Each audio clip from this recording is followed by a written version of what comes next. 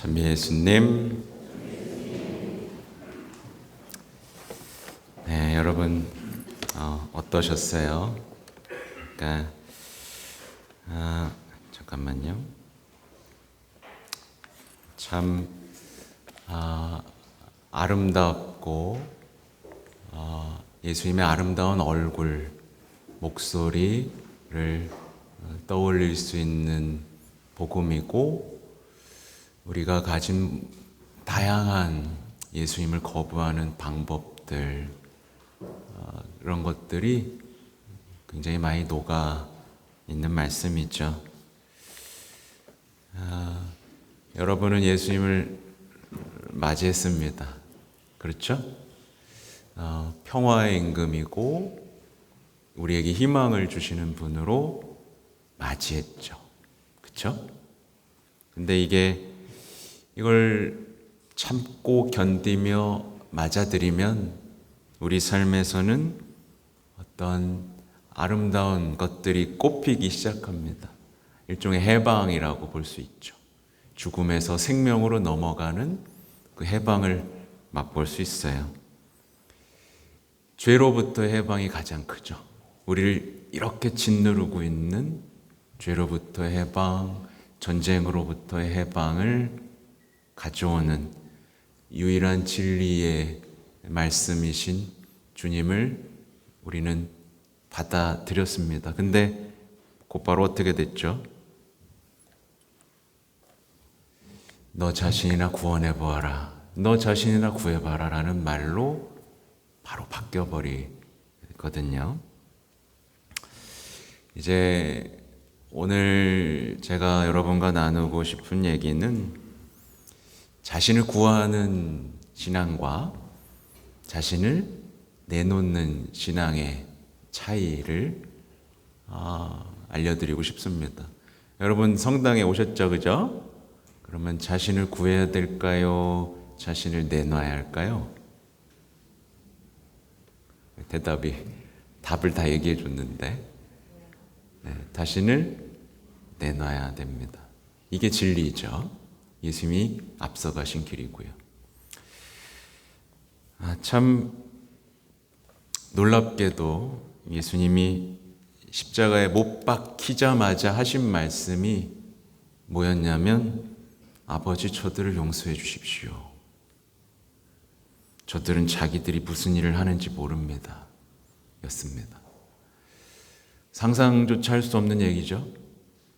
막 찌르고 정말 최악의 상황으로 몰고 간 상황에서 용서를 말씀하시죠. 그러니까 예수님은 용서하십니다. 그리고 자기를 구할 생각이 없으세요. 이게 얼마나 지금 이 시대에 울려 퍼져야 하는 말씀이냐면, 지금 이 세상은 모두가 지금 자기를 구합니다. 맞죠?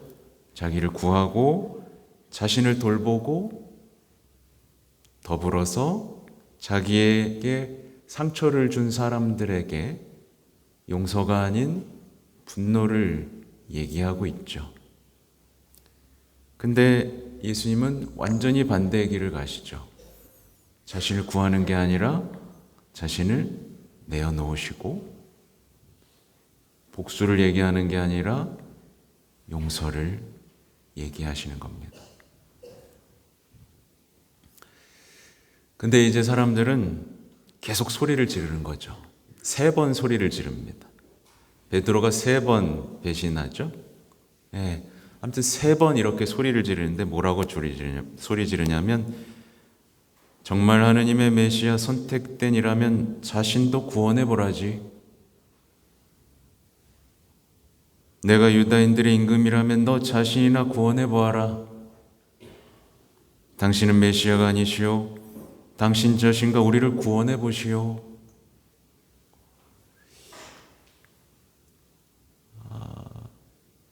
이 말이 지금 세상에서 울려 퍼지는 얘기죠. 말하자면 자신도 좀 구하고 우리도 구해주면 얼마나 좋소, 이 얘기입니다. 근데 계속 말씀드리지만 난 날 구할 생각이 없다. 난 내놓을 거다.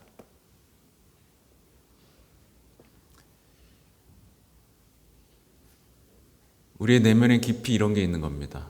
십자가에서 내려오십시오. 내려오세요. 그리고 십자가 없이도 우리 구원하면 얼마나 좋습니까? 서로 얼마나 좋아요. 당신도 고생 안 하고 우리도 십자가 안 져도 되고 얼마나 좋습니까? 근데 예수님은 십자가를 끌어안으시고 우리를 자신을 내놓으시면서 우리를 구원하시는 거죠. 충돌하는 걸 여러분 느끼시죠? 우리는 자신을 구하고 싶은데 예수님은 자꾸 내놓으라고 하시는 거죠. 사실 이거는 우리가 성체를 모실 때마다 벌어지는 일입니다. 여러분 성체를 왜 모시죠? 자신을 구하려고 모시나요? 내놓으라고 모시나요? 그죠?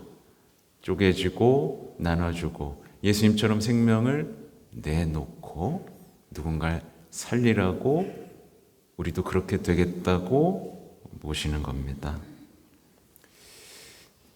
근데 우리는 이제 고집을 부리는 거죠. 예수님을 향해 예수님 자신을 내어놓는 것보다 자신을 구하는 게 더 낫습니다. 이렇게 계속 반대를 하고 있는 겁니다. 근데 예수님은 이제 계속해서 이제 용서를 멈출 생각이 없으세요. 그러니까 우리는 어떻게 하죠? 우리는 우리한테 상처를 입힌 사람을 계속 곱씹고 기억하고 되새기죠. 근데 예수님은 안 돼. 그걸 이제 우리가 끊자. 악순환을 끊자. 누가 못을 박았어? 그럼 사랑으로 응답하고, 매질했어?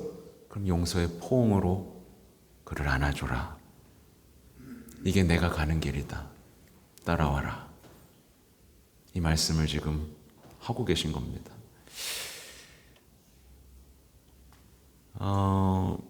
정말 이 용서하고자 하는 열정이 어디까지 가는지는 이제 우도 이야기에서 벌어지죠. 우도가 간청을 합니다. 그랬더니 예수님은 거기서도 용서를 멈추지 않으시고 오늘 나와 함께 낙원에 있을 것이다.